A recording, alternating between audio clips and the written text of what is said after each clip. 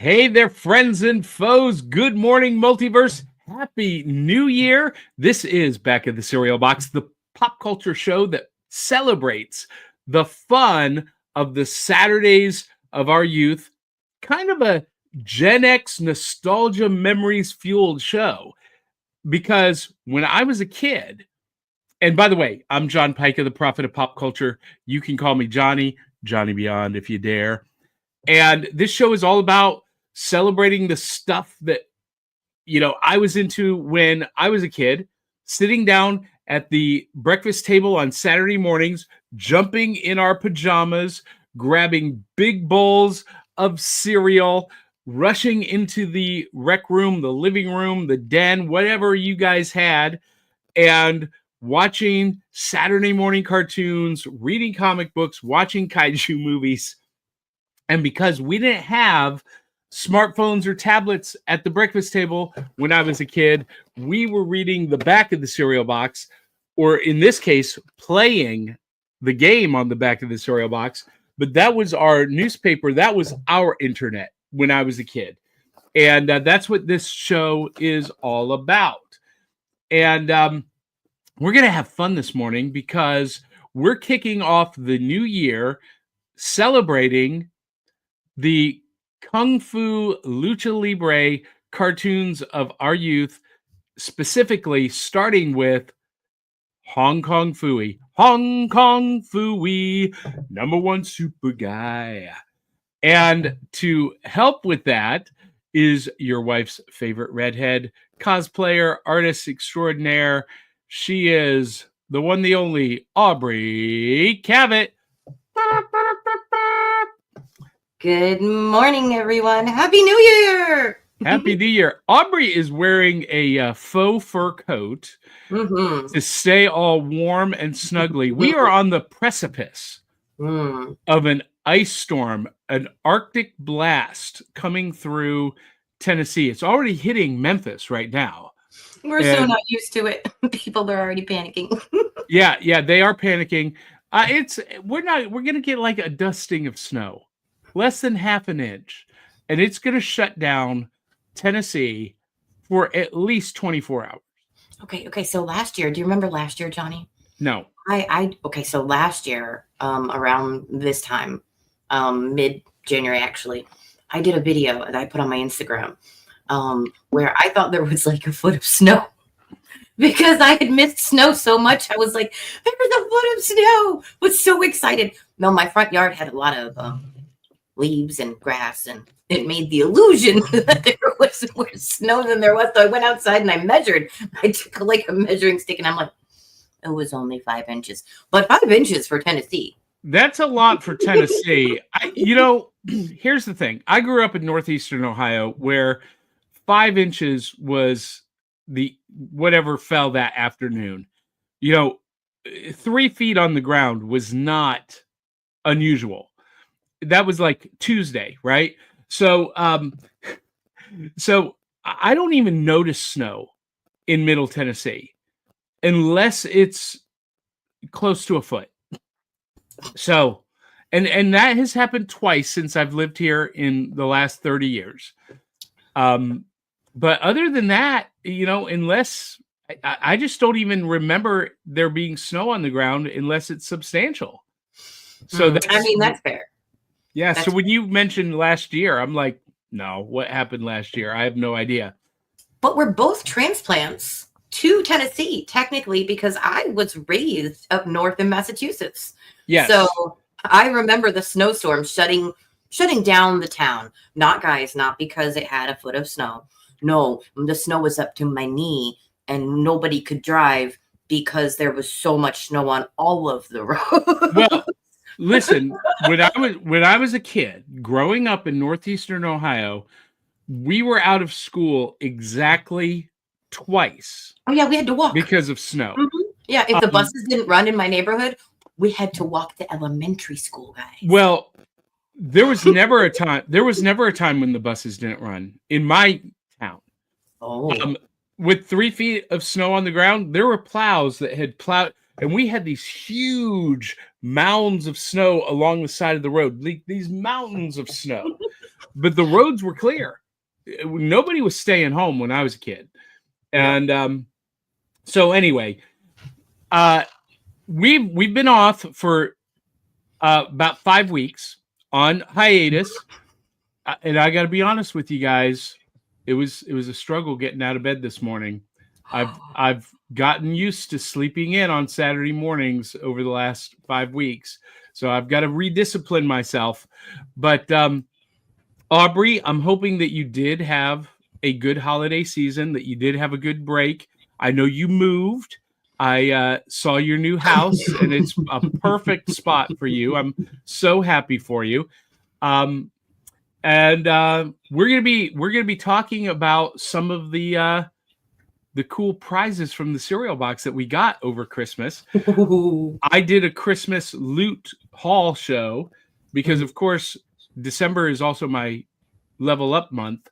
So I had, and I bought. Listen, I buy my own birthday and Christmas gifts. What? Yeah, because no, not really. No, yes. Because okay, there's a reason. Okay. Yeah, because I know nobody's going to actually get me anything on my list. Because most of the stuff that I want or ask for has to come from specialty retail. Oh. So it's just easier if I just order it and get it myself. And so Johnny wants gift cards. Gift cards are fantastic. And thumbs up. Yes. Stars. I love gift cards.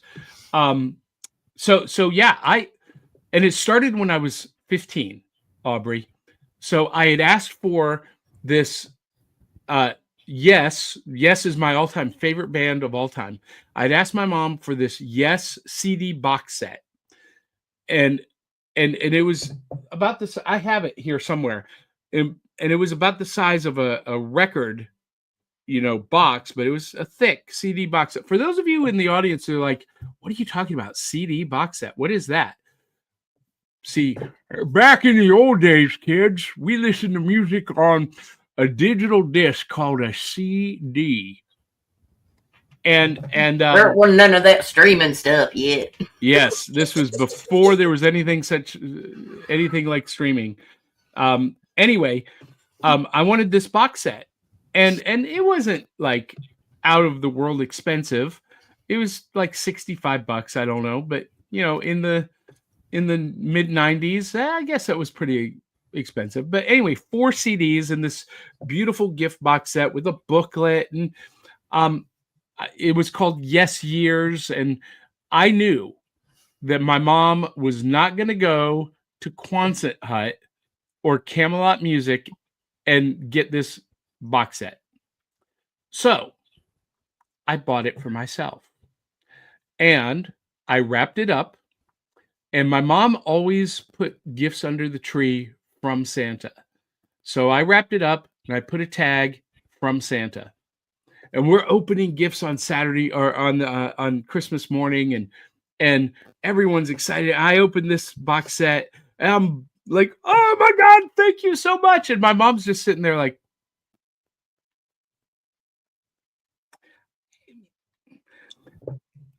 and that became a tradition. What? It became a tradition for a mystery gift?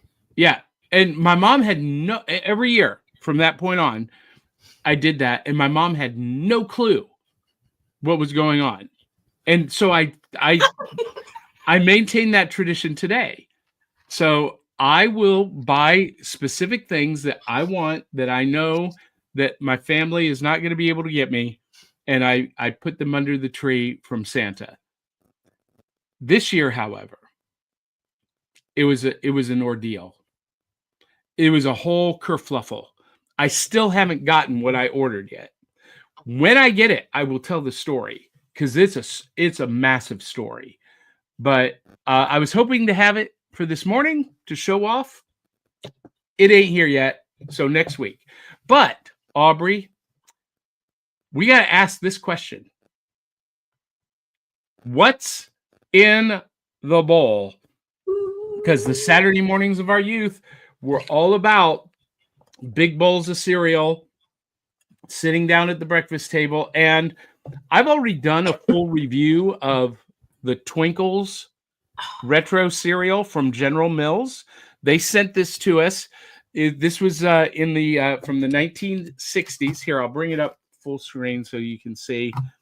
And I did a full review of this. This is a retro cereal that they brought back, and it's got a full playable board game on the back and character pieces, meeples that you cut out and play the game with. And so I gave this 4 out of 5 stars, or 4 out of 5 bowls of cereal. And I have it again this morning. But Aubrey, you are the star of the show this morning because you have something brand new that General Mills sent us that you are going to be trying for the very first time. Are you excited? Are you ready? I'm curious to see how this works out. So you're taking the show over right now. I'm bringing you full stage. By the way, if I go silent for a minute, I'm coughing because you guys didn't know this. Over Christmas, I had pneumonia and still struggling with that. So, Aubrey, take it away. What's in the bowl? Bluey's in my bowl this morning. I am excited to say that Kong Phooey, #1 super guy, is joined by Bluey. So, even though our show is for adults, I know there are some adults out there that have to have kids in their life right now. All my kids are grown, but I'm a grandma, so I have little ones. And I thought back to this, and I got really excited because, like Johnny's, there is stuff to do. Now, granted, it is for little kids, but it is well done, and it is a game. So it is an interactive back of the box. And favorite thing to do when you're eating cereal is just like, oh, I got it. So I'm opening it for the first time. I don't know what to expect because I've only seen a few Bluey cartoons. I have a dear friend, Kelly. Hi, Kelly, if she's watching, and her family, who I do an cereal exchange program with sometimes. I don't know if they would want these or if my daughter wants them. Maybe we'll see who wants them.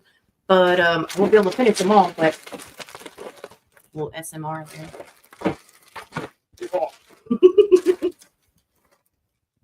Well, they just smell like they remind me of corn pops a little with the smell. Okay, Bluey. It doesn't give a flavor. It's just lightly sweetened corn. So a Bluey cereal does not have a flavor. But like any proper neuro-spicy kid, I come with my colorful spoon and my milk going in first, which hello to some of the viewers who are still watching yet slightly freaked out almost on the regular about me eating cereal backwards. I understand. As a neuro-spicy person, you don't have to like it. You could just skip this part if you want to. Or convince me otherwise, which is going to be hard to do, almost impossible. Probably not going to happen. Oh, they're so cute, though. All right, in the bag, it doesn't do it justice. But when you get it really close, ooh, it's like a tie-dye blue and off-white. But it's not supposed to have flavor, right? So it might just taste like Kix. Remember Kix?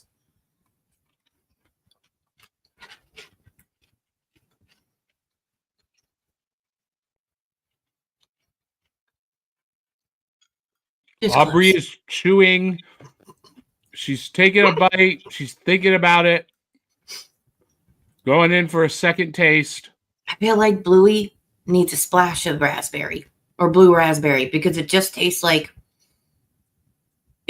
corn puffs. It just tastes like regular corn puffs.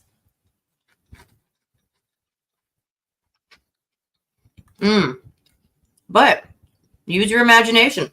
Much as Bluey does in his show, use your imagination. Add some cinnamon, add some vanilla, chocolate chips. Ooh, there are so many things you could do with this. if you just have a base that's bland, just a little sprinkle of brown sugar would do. Mm-mm. I was muted. Mm. On a scale of 1 to 5 bowls of cereal, what are you going to give Bluey? Ooh. I will give Bluey. You know what? As a neurospicy person, I'm going to do something that maybe non-neurospicy people aren't going to study. I'm going to give this a 5 out of 5 bowls because it is a base palate. You can't go wrong. Like, you don't have a flavor to compete with. I can take a sip of my coffee. So it's really just the sweetened corn, probably kind of some malt flavor in it. Mm-hmm. Yeah, that's very the lightly thing. sweet. That's the same thing with Twinkles. See, now I want to compare it. What if they're sweeter? I want to know now. Because these are very lightly sweet, almost a little salty there. You can still taste the corn. Yeah, that's what's going on here. Ooh. So I think I have another trip coming to Colombia. Actually, I do have another trip coming to Colombia because I did pick up another Christmas gift for you that I'm gonna save the surprise. You're gonna love it, but so I'll need to bring that to you. So listen, we got some comments from the audience. They are joining us early this morning. Tony I actually posted this yesterday on our YouTube channel. He said the perfect way to kickstart the new year. I love that. Andrew Milden is joining us. He says, "Good morning, Johnny." And he's got a bunch of emojis. You know what? I don't. Is that what it is? I don't speak emoji, so. Oh, no, I do though. Okay, if you guys see it, sometimes I will only answer in emojis if I have like a low level of energy, but I still want to give the energy. So he's like, puppy power, karate chop, punch, and then pow. That sounds exactly like something without the karate chop part. See, that's funny to me when you say you would use emojis when you're low on energy. Mm-hmm. For me, it takes more energy to search out the emojis and to figure out. So you know what? Just keep in mind, Aubrey, I do not speak emoji. So when you respond to me with emojis, I have no idea what you're telling me. We need translation. I need Barbara Billingsley to come beside me. Excuse me, sir. I speak jive. I speak emoji. And for those of you who don't understand that reference, I'm sorry, but for those of you who do, you're laughing hysterically right now. Okay, so there's a lot of translation things, by the way. Chris Baglio might be up on the new lingo. But we got some like Riz, Ohio, got stuff that no, it's a whole language now that I didn't know existed.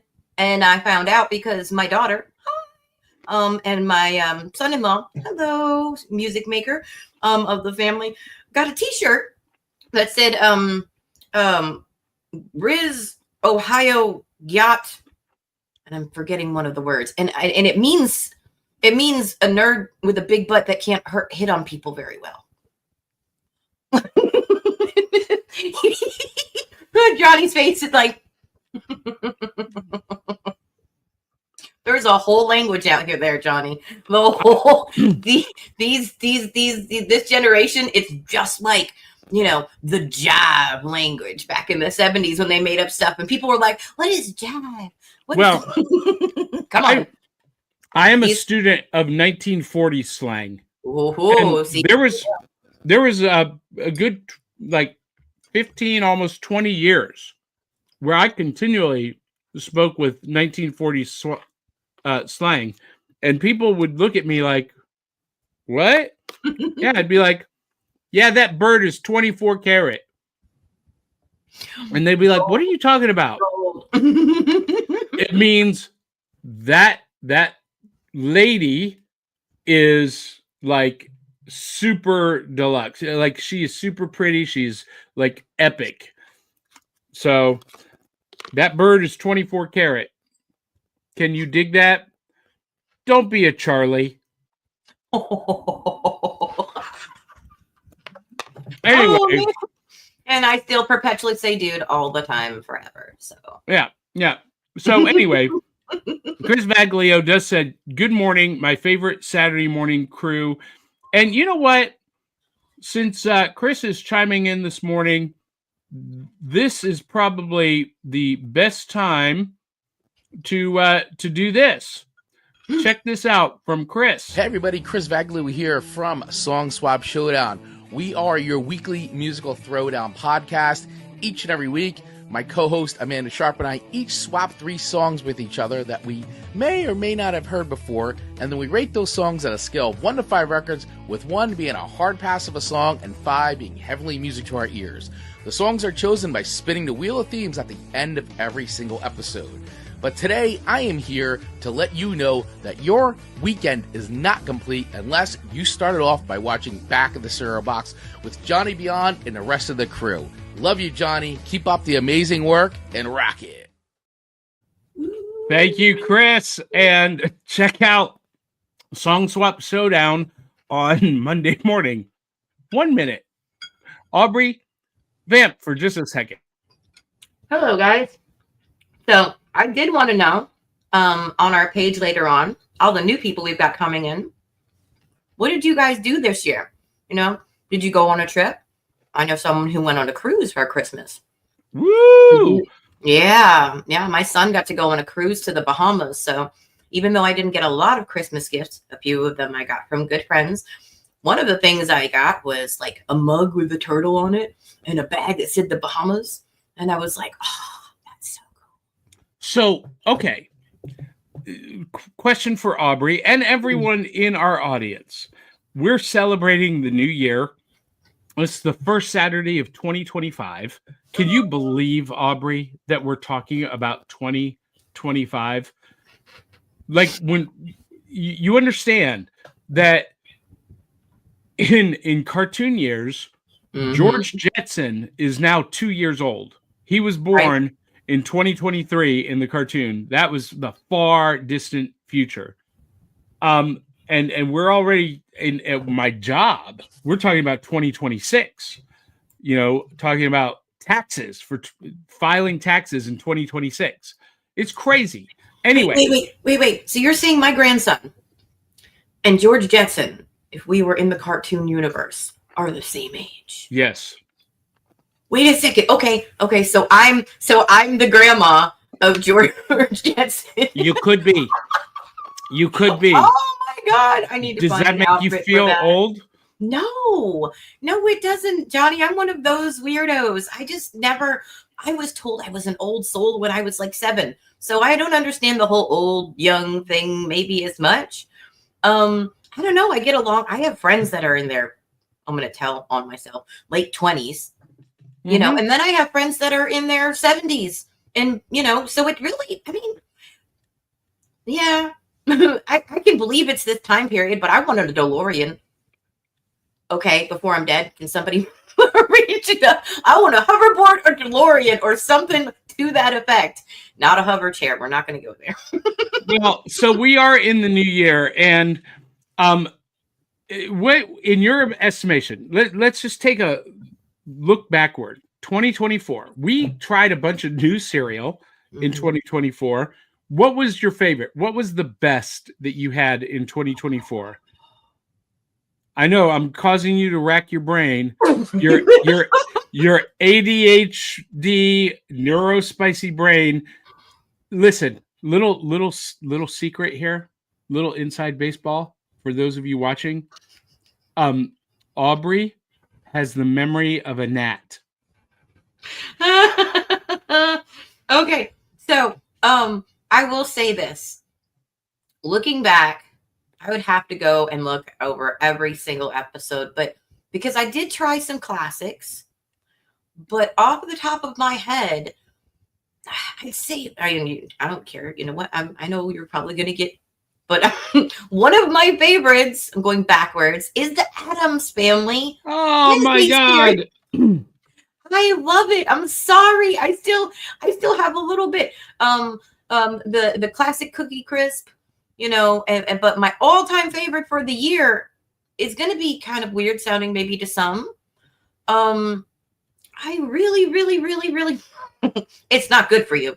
Okay. But I love the Frosted Flakes, chocolate milkshake and strawberry. No, yeah, hey, that's so much. That's so much. Like, that's I'm tearing up a little. So much. It's so good. Like, I wouldn't share those. I share everything, Johnny. When I go out, I am like the European family. I'm going to put my dish in the middle and everybody can have some. You don't touch my milkshake cereal. Listen, that's completely fair. For me, it was a surprise because we tried a bunch of great cereal this year. Mm-hmm. That Great Value Blueberry Pie cereal was amazing. The Great Value Cookie Butter cereal was fantastic. I know you didn't like it, but the Kellogg's Frosted Chocolate Cake cereal was one of my favorites. I loved that.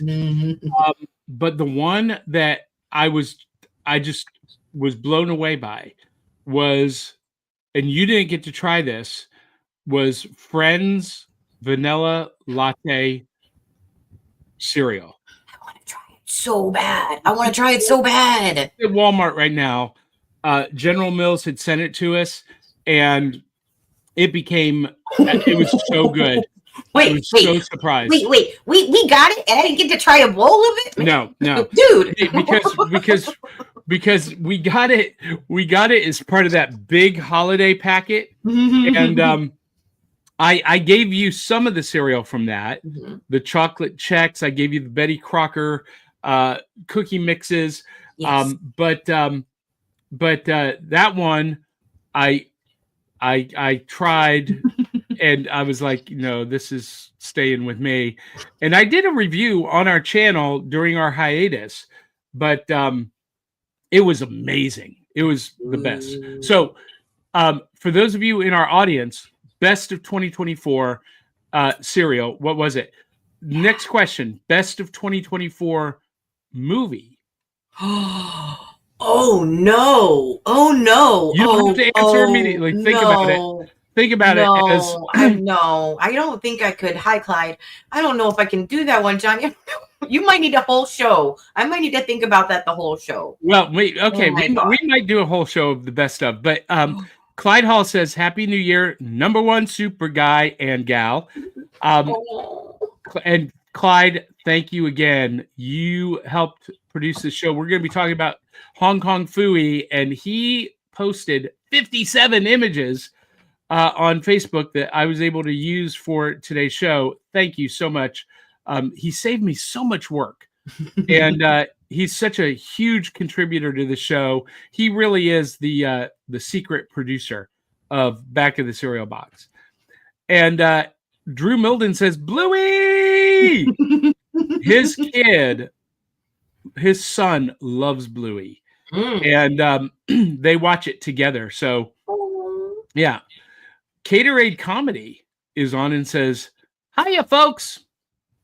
Good to see you, Cade. Molly Daniels is joining us. Good morning. And Caterade Comedy says, I'll be honest. The Bluey show didn't really give off a flavor to me either. We need a sound effect of the crickets right now. Oh, crickets? No comment from me. I'm not. I said it in the chat. I didn't say it out loud. Jeff Darren is joining us, and I think he's referring to your milk first because he says, that's just wrong. Oh no! Hi, JD. This is one of my favorite karaoke DJs. He's really good at his job. He actually was put in the newspaper and bragged about for our area because he's that good. But hey there, how you doing? Oh my goodness. Molly Daniels is joining us. She says, I'll have to tell my daughter-in-law my granddaughters love Bluey. Yes, just remember there's no flavor. It's kind of like Kix, so you could just pour it on there. Like if you got a little one that's, in the high chair, just pour it on there. Don't worry. The blue doesn't come off in their mouth. No dye problems. And it's not overly sweet. So 2 thumbs up for a good base. And you know what? Because it's a good base, it would be good to add to those little cookies that people try to make with like caramel and chocolate and marshmallow. Ooh. Or maybe bites. Ooh. Yeah, or maybe to milkshakes. Ooh. Anyway, Jeff says milk before the grains. Who does that? As well as we found out, JD, and that's what you call him, JD, Jeff Darren, JD, as we've discovered on the show. Aubrey is not the only one. No, I'm not. There are some people in our audience that do milk before the cereal. I think they're weird. I think it's wrong, but they are out there. You can't get rid of us. We're everywhere. You just don't know. Kate Hawkins says the narration of Aubrey's cereal consumption is what we call high quality podcasting. That's right. Because some people are just listening to this show. They're not watching it on video. And so we have to describe the visuals sometimes for them. And Drew Milden says, fact, I learned from my 4-year-old, Bluey is actually a girl. Hashtag 4-year-old facts. I did not know that. I've never seen Bluey. So I know nothing about the show other than it exists. I'm familiar with it, as a thing, but I've never actually seen it. And Kate Hawkins says, I can take a sip of my coffee right out of my branded back of the cereal box thermos merch plug. And yes, I designed this. So one of a kind, because I designed this myself. And we do have a merch store that you can link to from our website, backofthecerealbox.fun, and get your own Back of the Cereal Box thermos or mug. And Molly Daniels regarding I speak jive / emoji. Yes, I am. Woot. She gets it. She got that reference. And Cade says, save your daughter from the slang virus before it's too late. Nope, too late. It's too late everywhere, Cade. They're Warhammer 40K family. There's no hope anymore. So Drew Milden knows the saga of one of my Christmas gifts. Oh, no. Because he was going to help me acquire it. And he went to Disney, but I failed you, Johnny. Oh, no. Yeah. Don't say that. No, you did not fail me, Andrew. Disney failed me. Listen, it's a saga. I'm not going to get into it. No, but I want to hear. Well, okay. Well, no, I'll wait until next week when I have the product in hand, because the saga might depress some people. It will also make some people laugh hysterically. But Kate Hawkins says, what I did in 2024, I guess I started making comedy videos again. I hadn't done that since 2018. It feels like stepping back into who I really am. Feel whimsically philosophical. That's a hard word to say. Whimsically.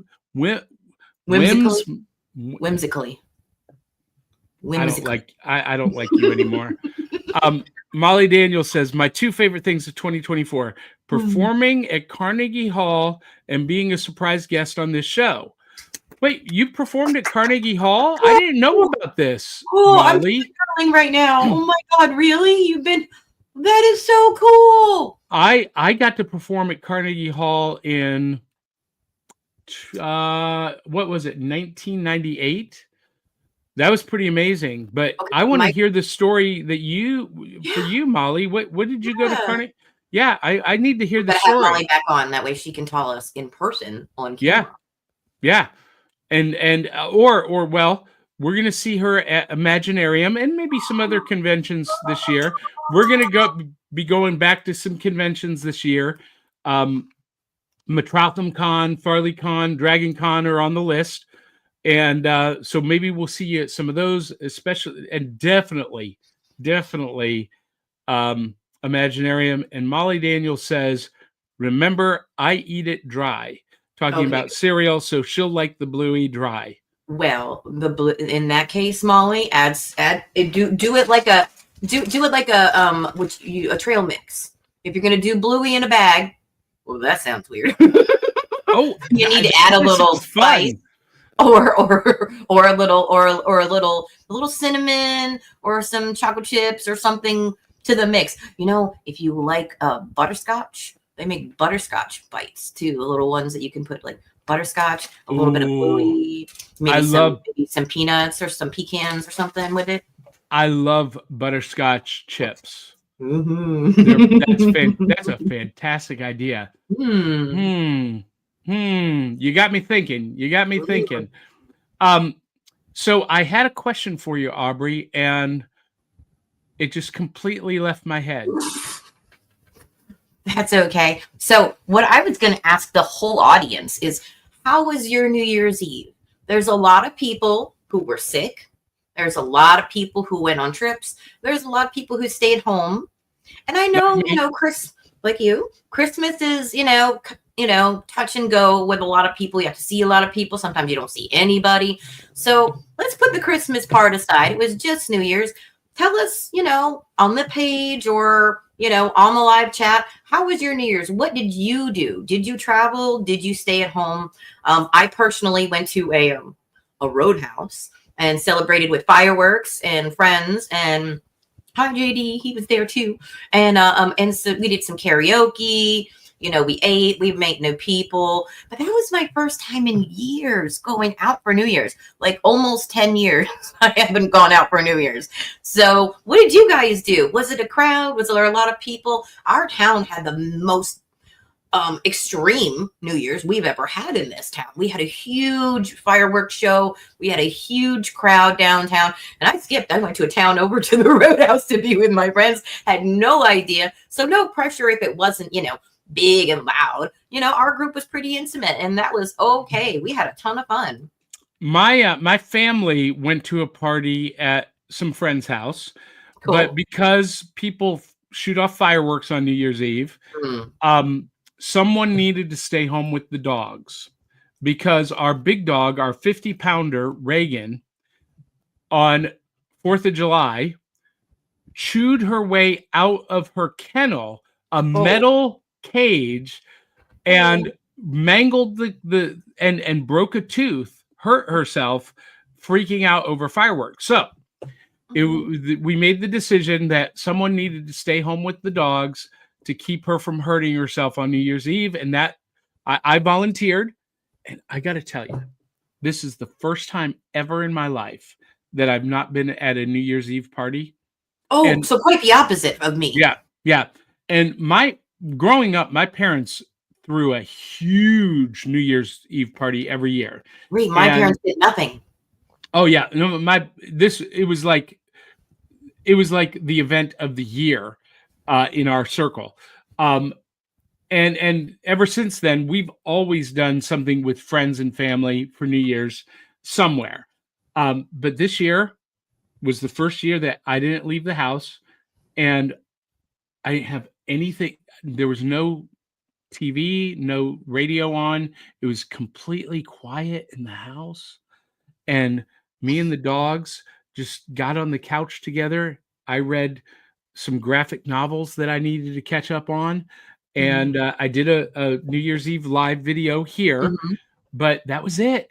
It was completely quiet, completely peaceful. And even with the fireworks going off, because I was here and she could, get under my arm, it was great. I might have a new tradition. Ooh. Okay. So, but I feel like that's very interesting. Like you always had like an overstimulating New Year's, and you had the complete opposite.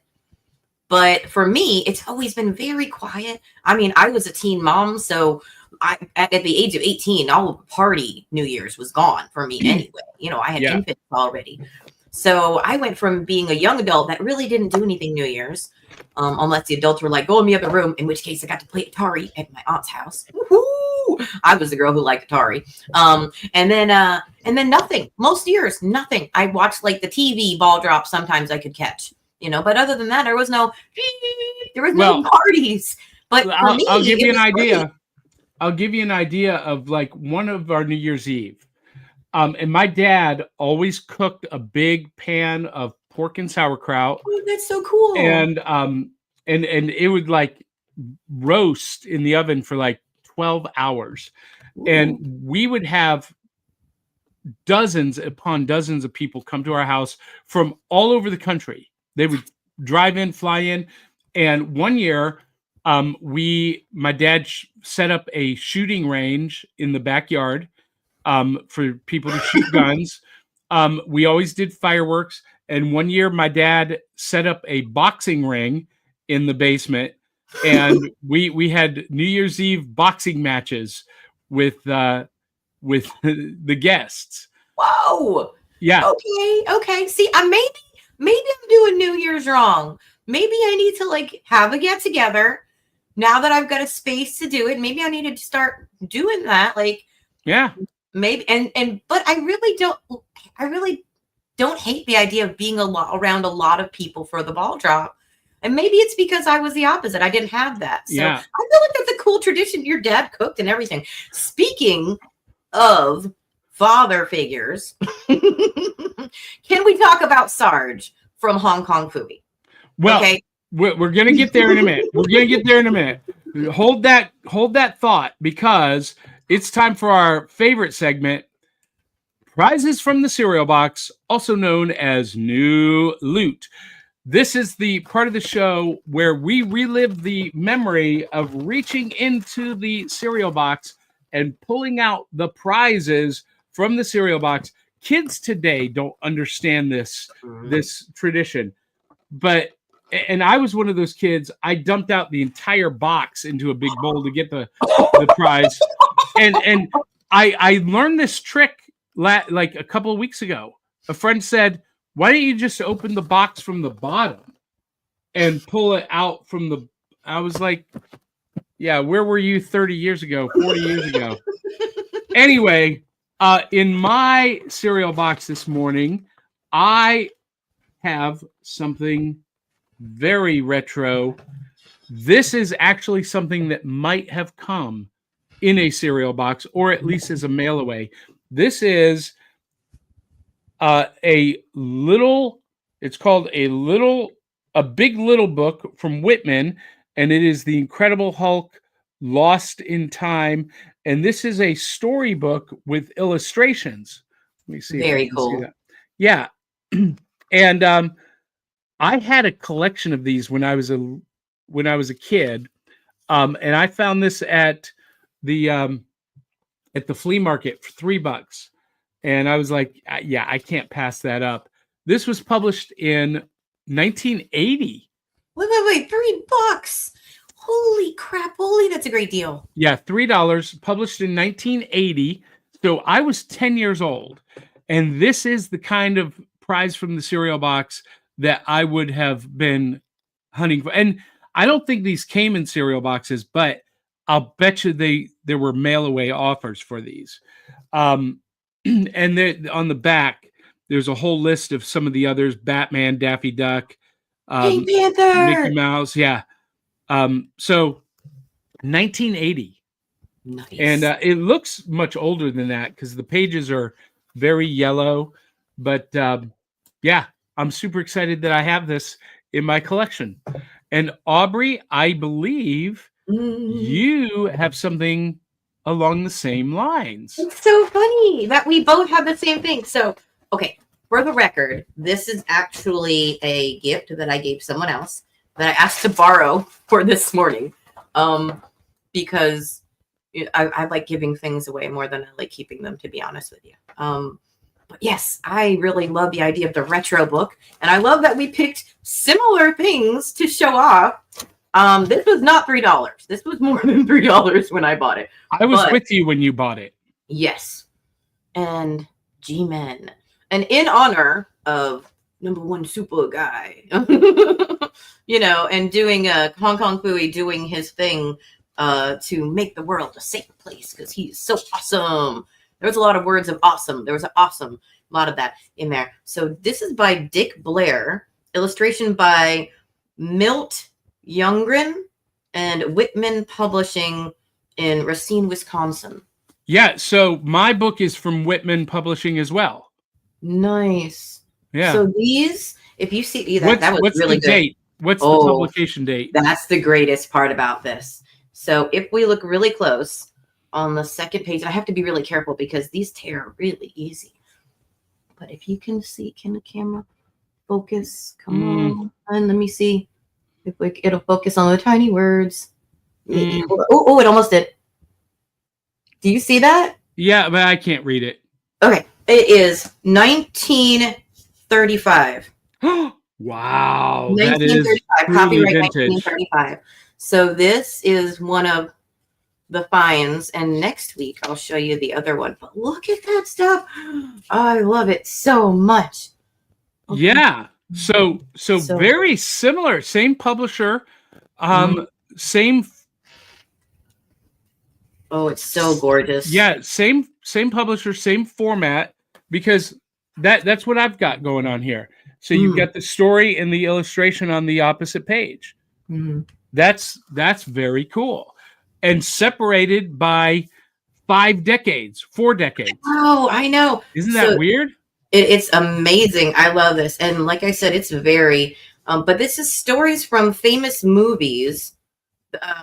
This is stories from famous cartoons and thrilling adventure stories. So if you look in the very back, because I love advertisements, there's no advertisements in these.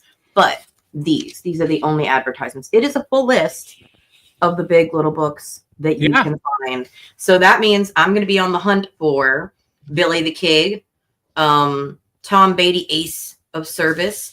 Ooh, Laughing Dragon of Oz. What is the Laughing Dragon of Oz? I need that one. If you guys can find the Laughing Dragon of Oz, I actually might keep that one and not give that one away. Oh, okay. And I'm also that geek.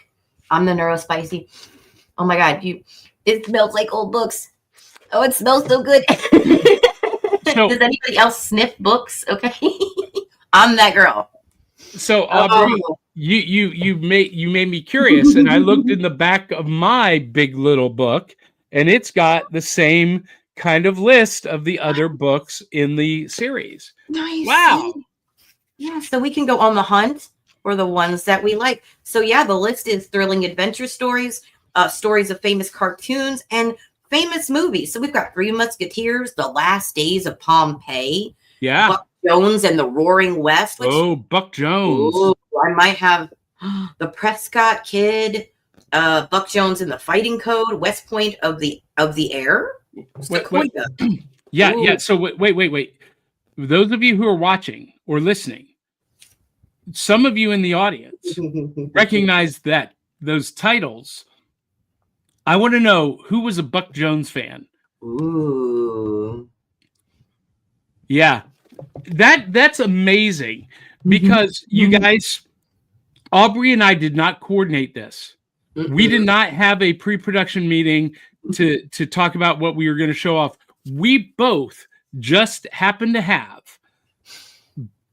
big little books from Whitman Publishing to show off as part of our prizes from the cereal box this morning. That is a first. And maybe it's a little bit scary that we're now in sync with each other. Because I mean, it's there is a dynamic here. We get along in a weird way, very different in a lot of ways, though. But it's good. It does for good live.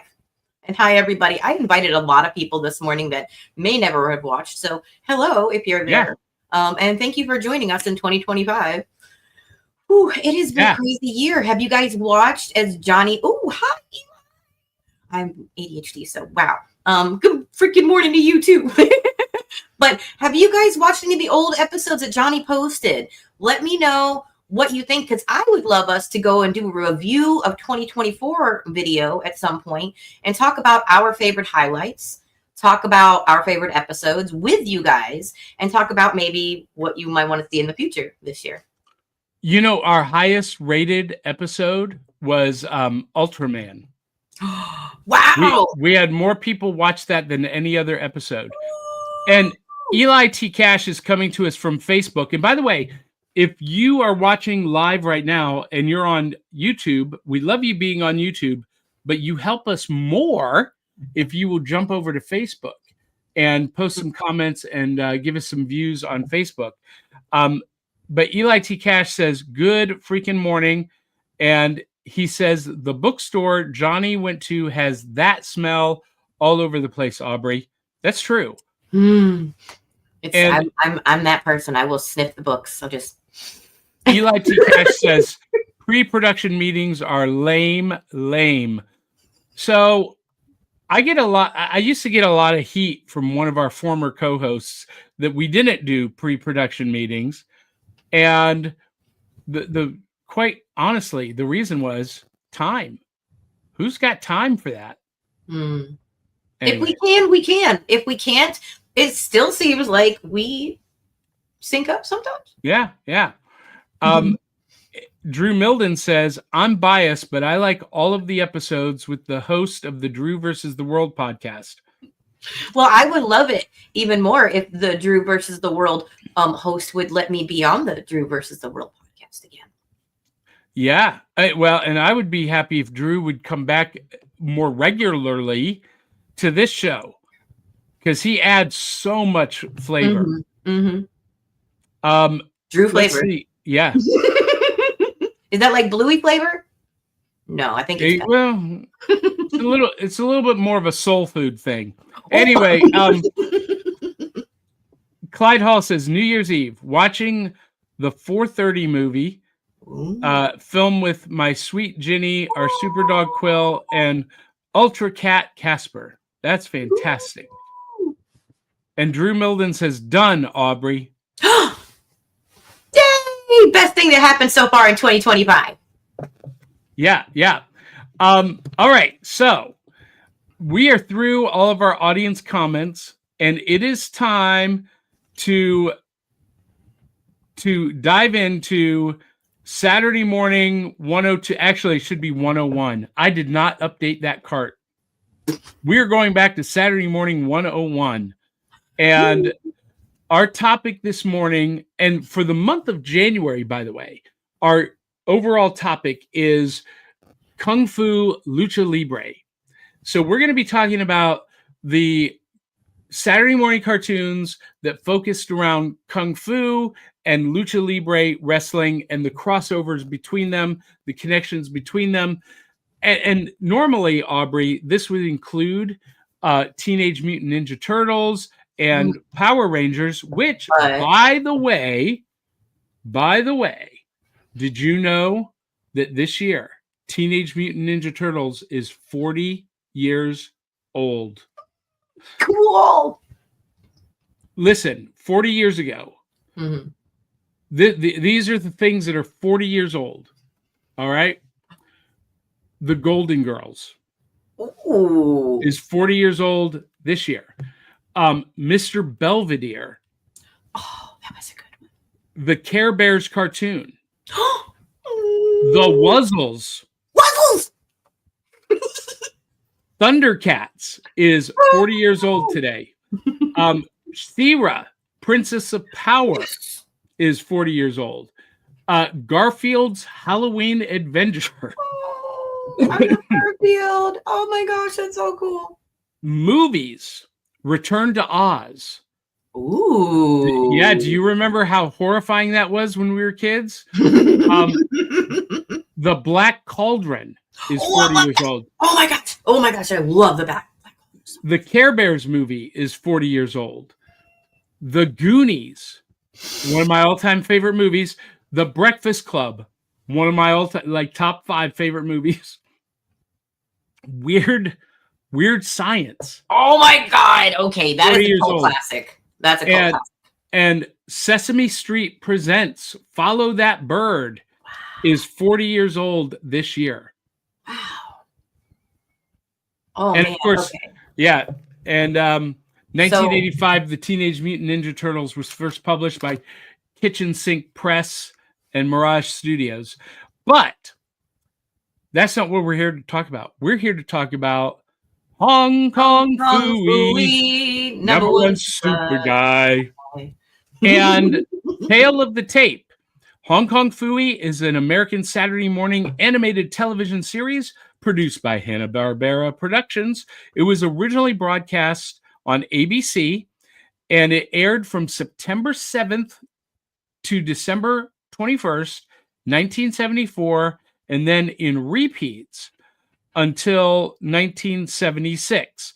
And the show was brought back in reruns in 1978 and 1981, and then it was included in USA Network's Cartoon Express block throughout the 1980s. The main character, Hong Kong Phooey, is a clumsily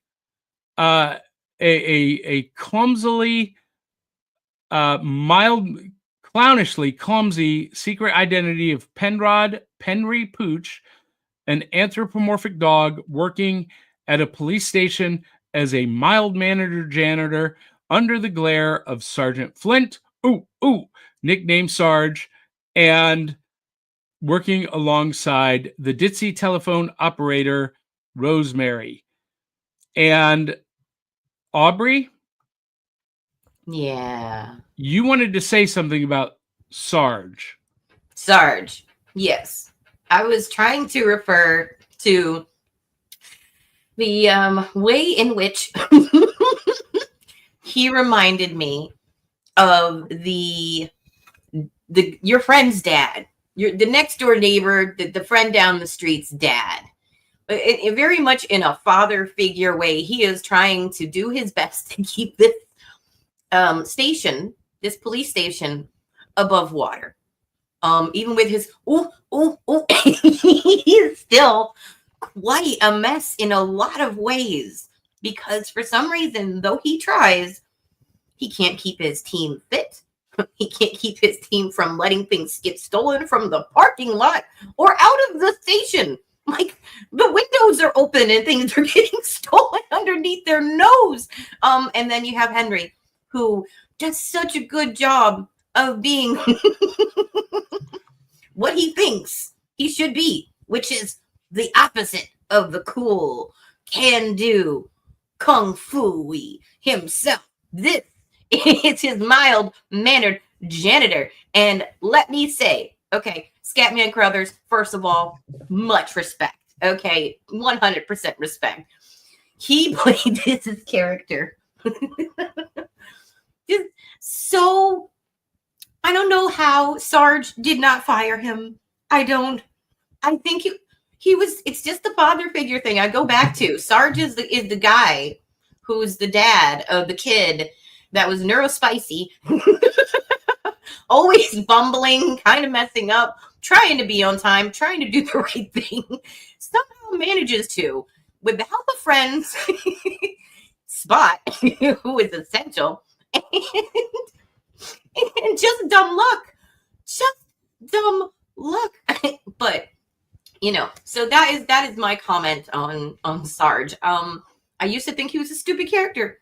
I used to think he was a useless figurehead.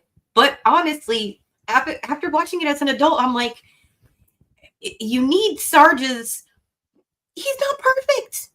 He is not perfect. He slams his hands on things. He loses temper. He says some spicy things to his gorgeous, wonderful female cop there.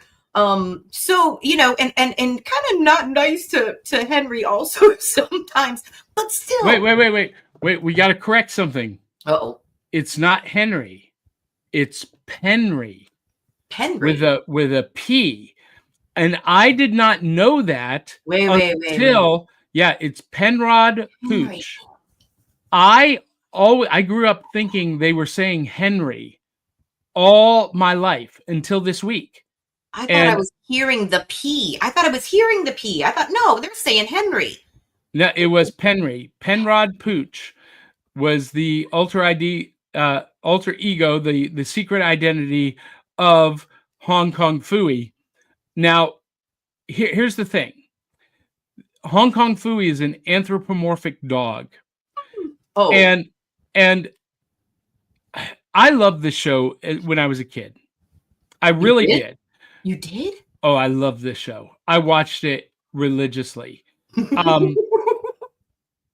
But here, as I got older, I love anthropomorphic animals, but until recently, I developed this issue that I had with anthropomorphic animals and human characters in the same setting. It really bothered me. And I don't know when that started for me, but it was a big deal for me. And I hate it. I hated it for a long time. 2 years ago, I came to a kind of an epiphany that all of the cartoon and pop culture multiverse is connected through the Teenage Mutant Ninja Turtles. And so now I can accept in a multiverse where the Teenage Mutant Ninja Turtles, anthropomorphic turtles living among humans, I can now, because they were mutated by the ooze, I can justify anthropomorphic animals through the same process. Okay. Penrod Pooch was mutated by the ooze. Okay, and okay, so Penrod Pooch, then you have to admit, if you're going to say that Spot, which also is the voice of the narrator. So if you ever say, we didn't hear the voice of Spot, we did. He was just, mostly quiet, mostly out of frustration. I feel like he felt like if he said anything, it wouldn't matter. So you have to say Spot is also in this, even though he doesn't talk. Because but he's not anthropomorphic. Anthropomorphic means that they have humanoid bodies and personalities. I feel like he does, though. No, Spot was a normal house cat. He was no, he wasn't normal. No. He was like Brain on Inspector Gadget. He was of higher intelligence, but he was not of human intelligence. What? Wait, Brain was definitely human intelligence. Oh no, we don't agree on that. wait. I'm thinking through this as we're talking live. Yeah, okay. Human intelligence, but not human physicality. Okay, I'm gonna say, because I don't mind saying that I disagree with you. I feel like Spot is just the silent, reliable friend. I still think he's anthropomorphic. He didn't talk, but he stood on two paws a lot. He could throw a baseball. He can make a toothpick Eiffel Tower. Any cat can do that. That's not anything special. He can drive a car and an airboat, and he can he can. You haven't seen cats and dogs driving cars before? Aubrey, you need to get out more. So I'm just saying, Don Messick, thank you for narrating this chaotic, silly cartoon and giving Spot the much needed sounds that he needed to get out the frustration at this wannabe superhero. He wanted to be it so bad. You know what? I love Hong Kong Phooey, not because he's an anthropomorphic dog. And you know what? By the way, Johnny, you and I have similarity where we had to come to grips with the anthropomorphic thing. Mine was Scooby-Doo and finding out he was an alien. And then I was like, oh my God. So Kong Phooey was one of the first. I bet he was an alien too. But see, I'm going to put Scooby. I'm going to put Scooby-Doo in the same category as Spot. Human intelligence, but not human physical characteristics. It's still clearly a dog. Well, so is Hong Kong Phooey. He is there. But he's what's more human about him. His face is dog. His body is dog. He just wears a shirt, no pants. By the way, no pants, never pants. Hanna-Barbera, what is it with you and keeping pants off people? Put the pants on. I'm gonna suggest a theory for the first time ever about Hong Kong Phooey, specifically Penrod Pooch, because you brought up a good point about Sarge and how did he not fire Penry? And my theory is he couldn't fire him because Penry was actually on a prison release work program. He is like Plastic Man. He is a bad guy turned superhero. And he's working at the police station under a prison I mean, look at his uniform. That's a prison uniform. It was a weird uniform. Yeah. I feel like it was a weird uniform. And so Sarge can't fire him. He's trying to rehabilitate him, not knowing that he's actually #1 super guy being assisted by a human intelligent cat who really is the one who made everything happen for. Spot is the hero. 90% of the episodes, Spot rescues the whole situation. And can we just talk about Rosemary for a minute? Rosemary, #1 guy, such a huge crush. Oh my God, Hong Kong Phooey. Yes, I had the biggest crush on Rosemary as a kid. I absolutely adore. I probably tuned into this show more to see her than the superheroics. Okay, I have to say, as a female character, while her help was minimal, she was not as ditzy as they made her out to be. No. And she was really in love with Hong Kong Phooey. Yes. Like, she was head over. And can we talk about that skirt? Okay, I know this is an adult show, so I feel less bad doing that. That skirt, y'all, you can complain all you want to about the cartoons and the animes with tiny little outfits, but that is skin tight, that top, and she got a booty to boot, and then it's the skirt's right there. I can't point to the picture on the picture, but it's under her ass cheeks. Okay, guys, her butt is right there, and it gets shorter. Sometimes it gets shorter, and that's why I was tuning in as a kid. I was waiting to catch a peek of something. I was like sitting on pins and needles. I was like, please just reach a little bit higher. And it never happened. She was in love. Hong Kong Phooey. Oh. But if we're going to talk about Rosemary's physical dimensions, we got to talk about Sarge. Because this guy, look, I've known people this shape. I've known men that look like this. No neck, short arms, short legs, big barrel, belly. But can I ask a question? What? How does he dress himself? Because he can't reach his belt. But more importantly, how does he go to the bathroom? Because his arms are not reaching the equipment that he needs to reach. You can make him short, but why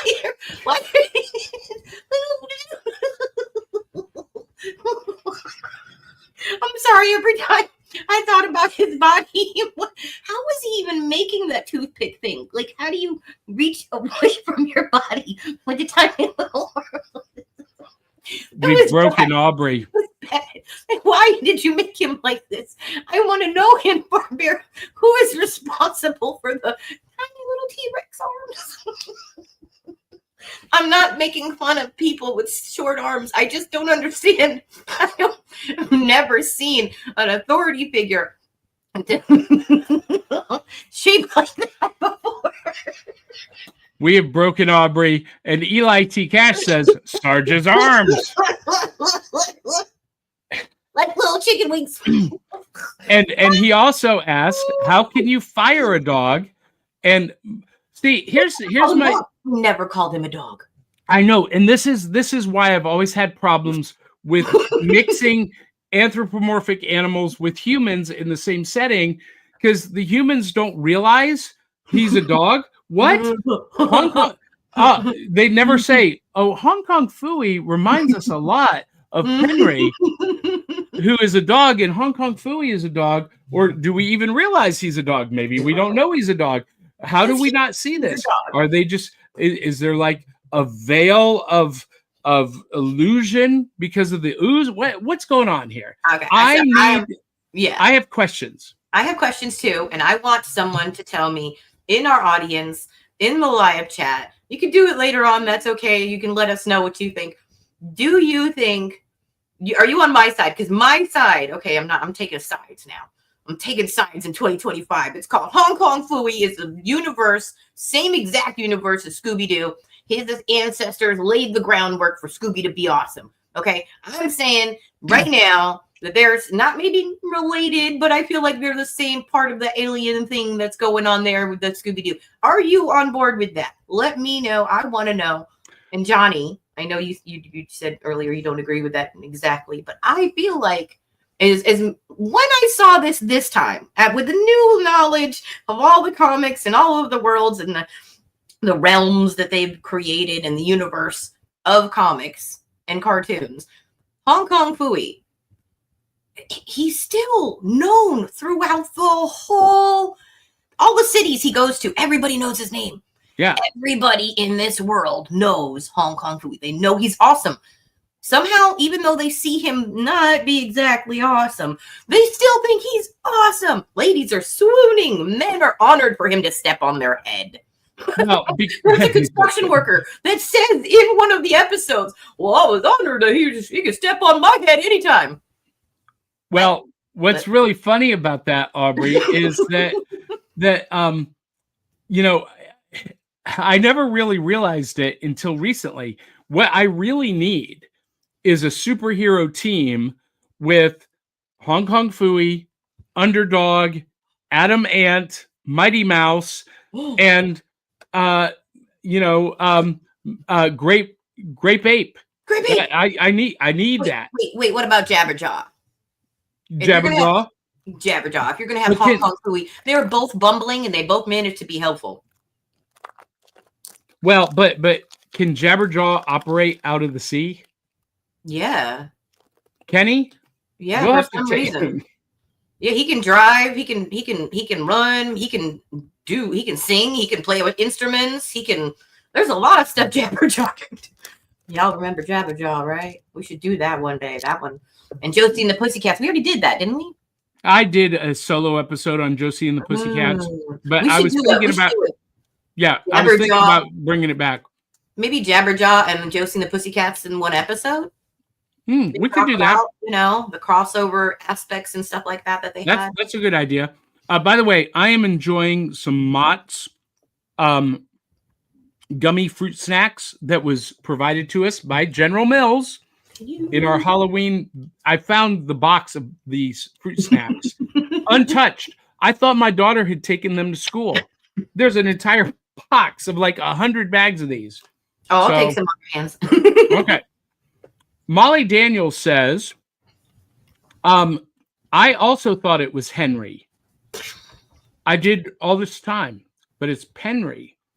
Yeah. And is that what that the mandala effect? Somebody said something like that's the you always thought all your life it was this way. Henry. I love that name though. Penry. Yeah, that's Penrod. That's interesting.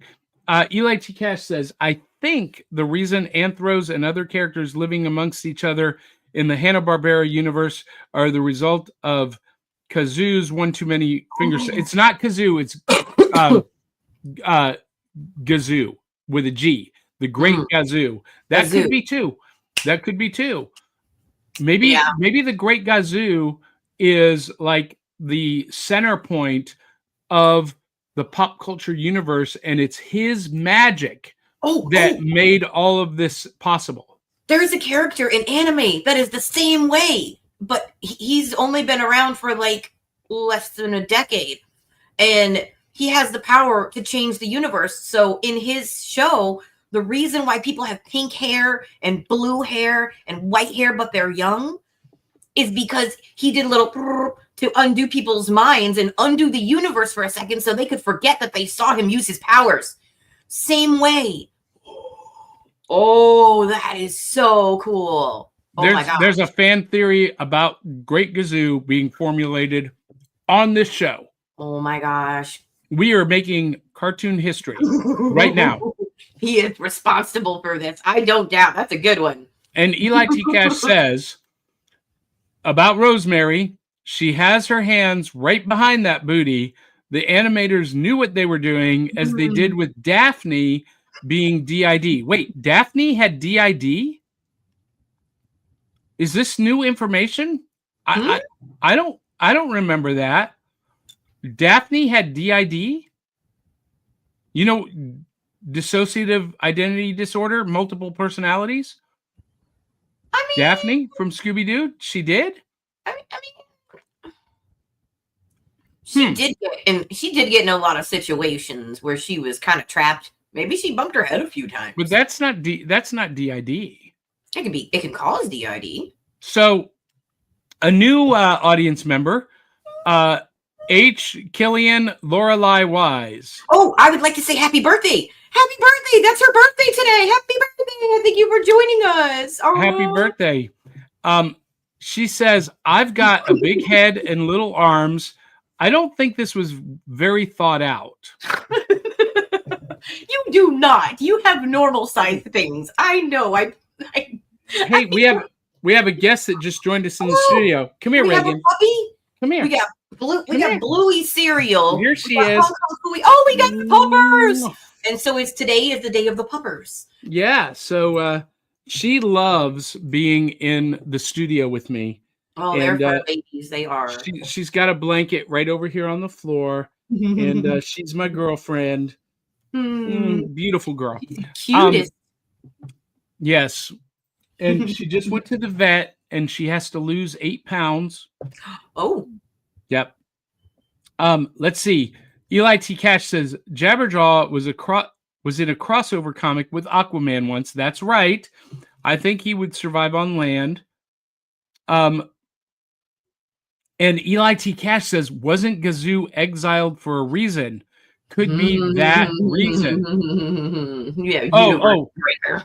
So Eli clarifies, it's not DID, it's damsel in distress. Yeah, like I said, she was in a lot of situations. Yeah, and Clyde Hall says Daphne DID, damsel in distress. See, Eli, when I hear DID, I think multiple personalities. Context is important. We got to. This is why I hate. I hate anagrams. No, I get that. And Daphne was not just a damsel in distress. As seen by a lot of the different renditions of her, she can handle her own in some fights. Yeah. She knows her way around finances because of her family's connections and background. She had to compete with her sisters. One was in the military, one was a doctor, one was she actually an astronaut, or she made rockets. So Daphne had to be. She was a black belt. She was able to fight. Yeah.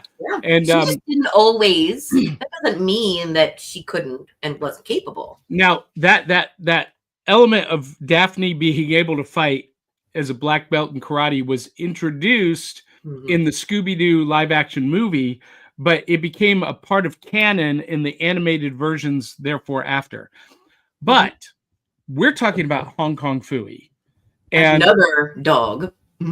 Aubrey, in doing our research, I discovered this.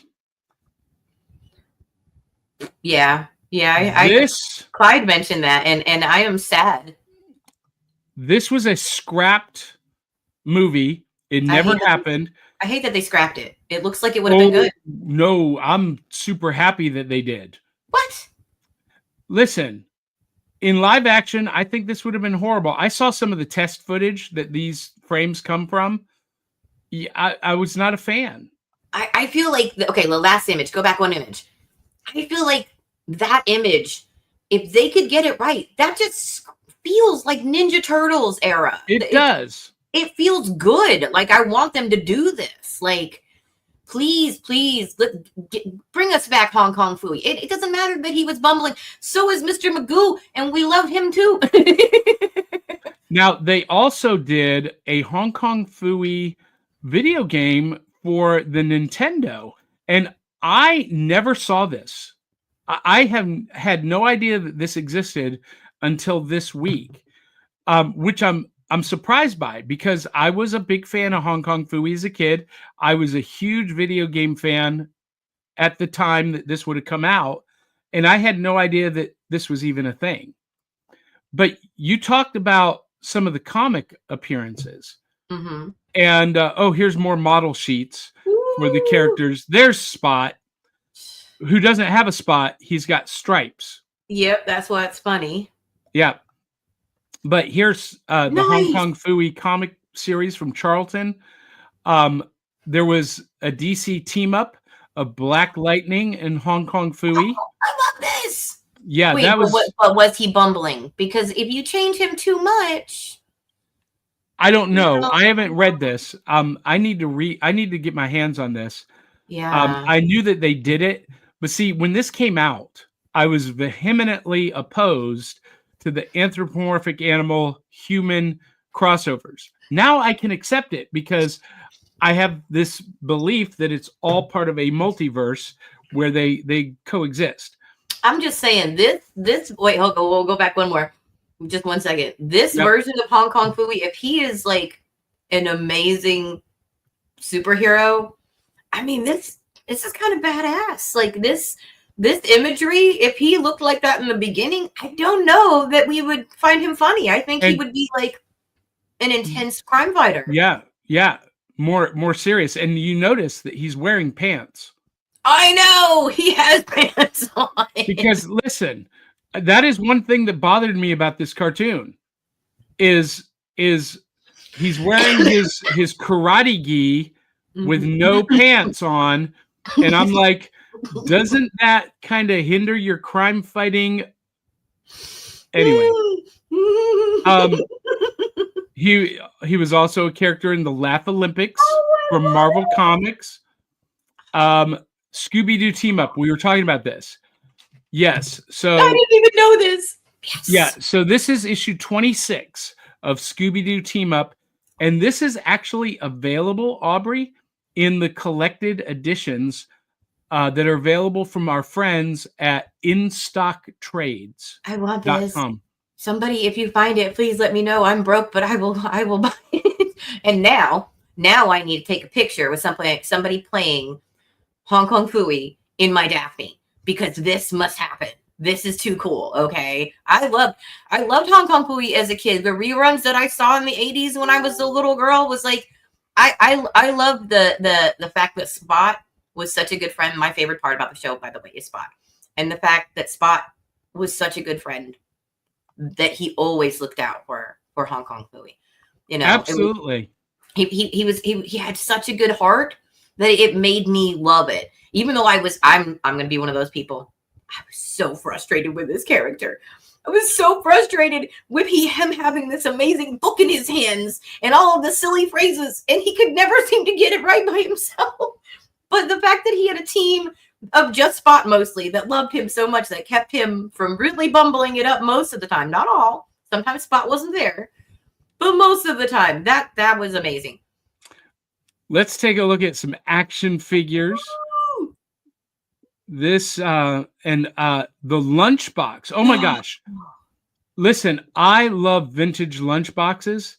And if I have an opportunity to get this, I am definitely going to make the investment. I love this. I love this. Yeah. In more recent times, Funko Pops has done Hong Kong Phooey and the Phooey. Okay, I got to ask this question about the Phooey Mobile. Okay, talk about the Phooey Mobile. I was waiting for this. First of all, in 2025, they would never allow Hong Kong Phooey to drive the Phooey Mobile it would be deemed as problematic, which What? I hate. I hate that What? word. No, Yeah. no. If his vehicle is problematic, his whole thing is problematic. Well, no, yes. This show would not be made today. I don't believe it. I think it could be. I think it could be. But looking at this car, the Phooey mobile, it is very stereotypically Asian. Which I didn't have a problem with. I don't have a problem with it, but I know some bleeding heart snowflakes would have a problem with it.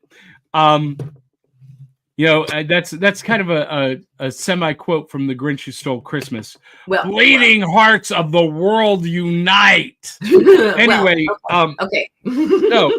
But here's my issue with the Phooey mobile. He kept it in a trash dumpster. Does the city trash service not come and empty out that dumpster every week? How does he protect the Phooey mobile from being demolished at the trash dump? Okay, I have an idea. Okay, I have an idea. Okay, remember, he is the bumbling janitor, right? That is his cover, okay? I believe that he is good at certain things, like showing up to work on time and making sure that his car is only in there after the trash is taken. That sounds like work. I feel well, yeah, and he was bad at most of his job a lot of the time to look bumbling, supposedly to look bumbling. Also, as somebody who is accident prone, I appreciate that he's accident prone, like perpetually. Sometimes he saves the day with his accident proneness. Whatever works, man. Wait, I'm about to jinx Aubrey, because Aubrey has not had any major accidents in about 6 months. What? No, that's not true. That's not true. I actually pulled a muscle moving. I pulled a muscle in my left arm because I didn't have as much help as I would have liked. So one day I had a veteran friend bring their truck. They couldn't move stuff, so I moved it myself. Yeah, so I have had an accident hurting myself in the last month. Just not a car accident. I don't want one of those. No. Here's another Hong Kong Phooey action figure. Oh, that's so cool. Oh, I love that. Yeah, I think this is from Super 7. I'm not sure. I had never seen this. I love the black gi, the black robe. I have no idea what this is. This is old. This is retro. Yeah. Yeah, I thought they were connected. I don't know what this is. Is that a Pez? Is that a Pez? It looks like a Pez. I don't think it is a Pez. It looks like an old Pez. You guys got to tell us. I can't read the language on. Are those actually words or those? Totem. TOTEM. Totem. I don't know. Clyde Hall, if you're still watching and if you know what this item is, please let us know. Yes. The mystery shooter. Oh, that's fun. And so you look like you're accidentally doing something. That's so funny. Oh, so this is something I would have loved. I never had this specifically, but I did have this movie cartridge player when I was a kid. And we've talked about this before. You know, it was these big, almost like VHS tapes, but they were film reels. You put into this player, this Viewmaster, and you turned the crank and it turned the movie and you watched it. And I had a bunch of these. So fun. But I never had Hong Kong Phooey.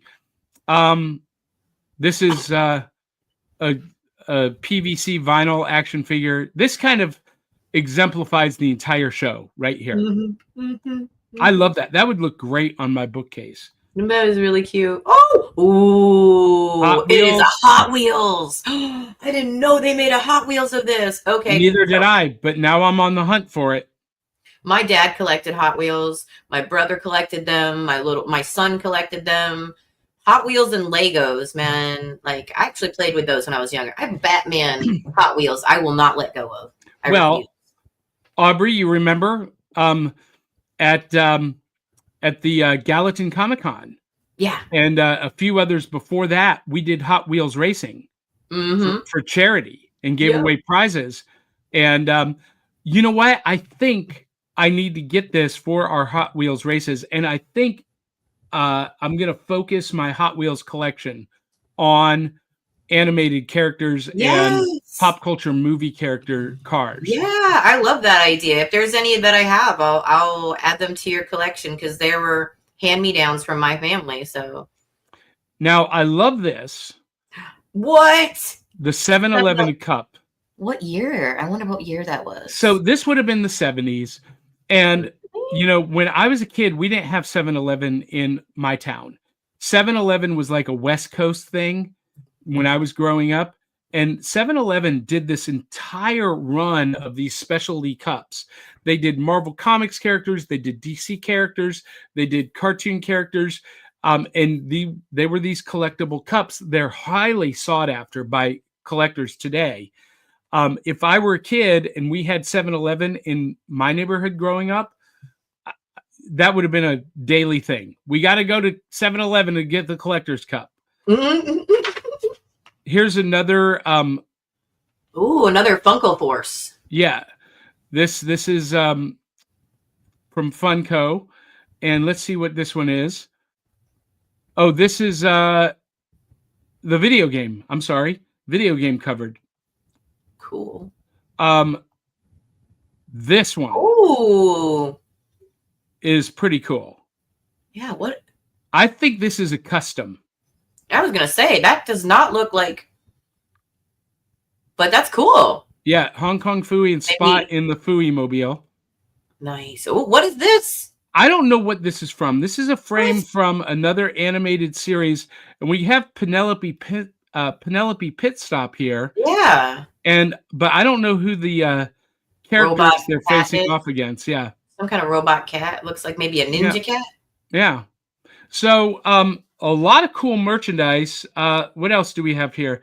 This is nice. A Wacky Wobbler figure. We got a stuffed plush figure. But Aubrey, this is like the Holy Grail. The Ben Cooper Halloween costume. Yes. Okay, now if I could collect some weird, this would probably be the collection I would start, would be like, put them in like a shadow box on my wall of all of the ones I could collect of the plastic, the dangerous costumes that should never have been worn. And if that mask tore, it did cut you sometimes, okay? Yeah. But and listen, that's so cool though. The vinyl in those costumes was totally flammable. Yeah, it was toxic to wear. It was bad. I swore some people got like rashes from it or something. The one that I had left when I was younger, I don't even remember. It must have been a witch's something. It stuck to itself in storage. It just like the plastic just stuck. And then when you go to separate it, it tore. It was just completely ruined. So if you have those, store them in a cool, dry, heating and air place. Don't let them get warm. Ben Grimm has a comment. Oh. And I know this is about Rosemary.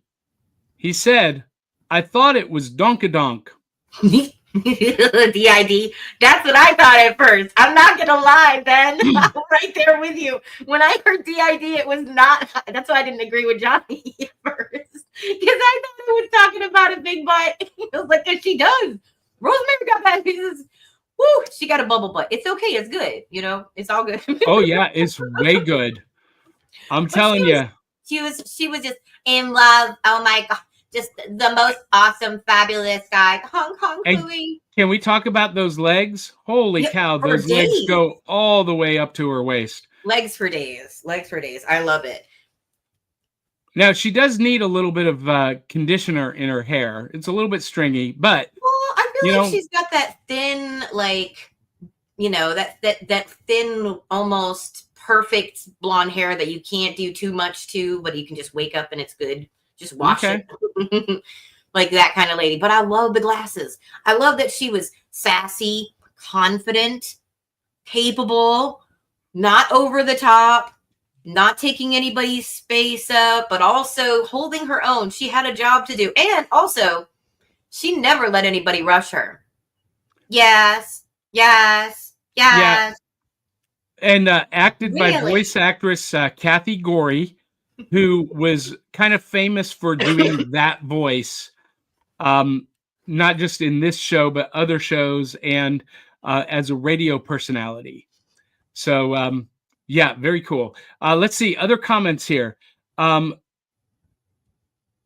Okay, Clyde Hall says, the shot with Penelope Pitstop is a crossover in the 2017 Wacky Races cartoon. I didn't know about Wacky Races in 2017. You know what we should do is we should compare the old Wacky Racers to the 2017 Wacky Racers. Oh, I think that could be dangerous.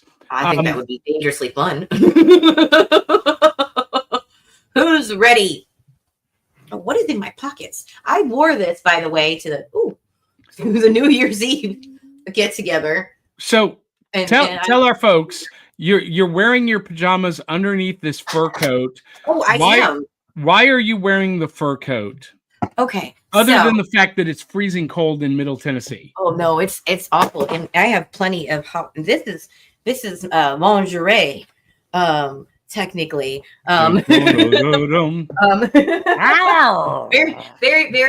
Very covered lingerie, because I am dressed as one of the wolfy people on the episode of Hong Kong Phooey called The Giggler, in which The Giggler, which I laughed almost the whole episode. Okay, he was one of the dumbest. I love him. One of the dumbest Joker Riddler-like, because he was snappy with the comebacks, and he had little fancy, fun little quotes that they had to follow the clues of. I'm like, whoa!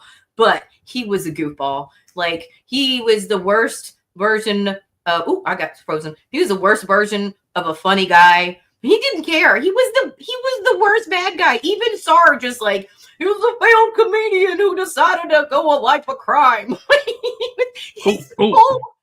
He was a failed comedian who decided to. Yeah, I can hear it. But he has a coat catastrophe of a collection of, because he's driving his funny mobile down the road. And Kong Phooey's following with his mobile, and it's just a clown car, and it's full of fur coats, because he just came from a wealthy person's get together and just stole all of their coats, gave them laughing gas from a little lapel pin, and at the very end of the episode, I'm not going to tell you how he is caught, because Spot might have been involved, but Sarge gets sprayed with a little bit. For some reason, they don't got this guy locked up. He's not in cuffs. I don't know what's going on. He's just sitting in the office like, hey, Rosemary's right there. And Rosemary's cackling. She's like losing it. Why? I think Sarge got a little bit of that flower lapel there. Oh my God. Because Sarge gets a spritz right there in his face, and he just starts walking away and just. So he robs all. He robs all the highbrow rich people at an event. So basically, you had the people there like, well, basically, Muffy and I just sit around with the Sharper Image catalog and say, we don't have that yet. We don't have that yet. They took our jewels. They took our pearls. It's gone. Oh, luckily I stashed my coat somewhere else in the penthouse.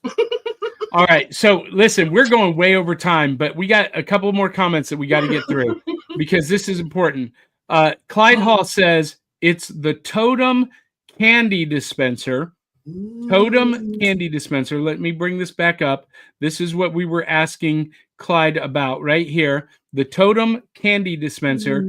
And he says that Totem dispensed a small round candy like Smarties. So it was like Pez, but different. So cool. Yeah. And then he adds that the car, Spot, and Hong Kong Phooey is actually a birthday cake. Yes. This is a custom birthday cake. Cool. How cool is that? That is well done. Bravo. That is. They even got the book. You got the Hong Kong Book of Kung Fu. And by the way, he doesn't call it that, even though it says that on the book. He calls it the Hong Kong Book of Kong Phooey. And can we talk about the puns? We don't even have time to, anymore to talk about the amazing puns in this cartoon. So many dad jokes. The dynamics between Hong Kong Phooey and all of the bad guys that know him and are scared of him, yet watch him bumble up and are still sometimes slightly afraid of him, but also find it hilarious. So they laugh at him almost every time. Well, and the car, okay? We didn't even get to touch on the fact that I'm pretty sure the car is some kind of alien, because it makes no sense. No sense. No one's been able to explain this to me so far on the internet or friends I've talked to, how that gong, or here's the other theory I have. Hong Kong Phooey is not just an anthropomorphic dog that is trying to become a superhero. He has also got the power, like that little guy we talked about that does the snapping. Gazoo. Yeah, we like Gazoo somehow, that when he hits that gong, his brain, not just the gong, his brain comes up with what he wants the car to become. Think about this for a second, guys. Yeah. I had forgotten that it was a transforming car. Wait. No. all of the cartoon pop culture universes are part of a multiverse. His car is a transformer. More than meets the eye. Yeah. Oh my God. Well, I don't know though. How would it know to transform into whatever it needs? I guess. But then then we need to find out. Someone needs to tell us. You need to research this. We need to know. I want to know, is Hong Kong Phooey transforming his car? Is it part of him somehow? Or is it a transformer that's never spoken because it wants to let Phooey shine? Tell us what you think. I am intrigued by this thought. Yes. Yeah. So one last thing, and then we got to go because I got a big day ahead of me. Me too. But we just got to talk about the voice cast for a minute. We've touched on it, this voice cast was amazing. Every single person in this cast were established actors. They were celebrities before they did the show. Like Scatman Crothers, he was the garbage man on Chico and the Man. He was in The Shining. He was in Zapped. He was the voice of one of the Transformers. Just prolific actor and voiceover actor. Top tier, A+ talent. Kathy Gorey was one of the most prolific voice actresses in Hollywood. She had her own radio show. She was a screenwriter. Joe Ross played Sergeant Flint. Yeah, and he's amazing. Absolutely amazing. He is one of those guys that when you see him, you're like, oh, that guy. He was on the Phil Silver Show, Car 54, Where Are You? Dozens and dozens of roles, but that ooh exclamation was like his trademark. And they let him bring it to Sergeant Flint. And then, of course, Don Messick. So he was Spot and the narrator and additional voices, but he's been in just about every animated series of our youth imaginable. He's like Mel Blanc. He's like he's one of those guys that did everything. Yeah, and we had so many. And we had Frank Welker, we had Alan Oppenheimer, we had Bob Holt. Right. And some of those people appeared on the show as well. Casey Kasem. But the four core were established top tier voice talents. And I think it's a testament to the show's writing that attracted them. Because you talked about the dialogue. The dialogue was exceptionally well written. The characters were exceptionally well developed. It didn't take long for us to understand everything that each character was about. And I think that's a testament to the writing that they were able to attract that top tier talent. So anyway, just wanted to throw that out there. And that's it, Aubrey. That's it. We got to run. We're at an hour and 44 minutes. Oh, wow. We've never gone this long, and you still got pages and pages of notes. I do. I didn't even get to go into my notes. Yeah, that's okay. It's so good. It's a good cartoon. It's good. As much as I want to, part of me wants to wring the neck of this guy. Just come on, you're better than this. Even though he's like this super underdog. Oh my gosh, this is such a cartoon. If you've never seen Hong Kong Phooey, and you were a fan of the fad, the Kung Fu fad back in the day, because there was a lot of movies, a lot of funny movies. We don't have time to mention. This is worth a watch. This is a classic cartoon. It's got all of the tropes that are good, all the tropes that are annoying. Great writing, great voice acting. It's authentically funny. It is. Yeah. It's a good property. It's a great show to just turn on, and you can see it free on several streaming outlets, but it is also playing over-the-air broadcast on MeTV Tunes. So check your local listings. And if you don't mind paying for it, it's also $1.99 on Amazon. They are not a sponsor, but no. But why pay for it when it's broadcast for free on MeTV Tunes? Over-the-air broadcast antenna TV.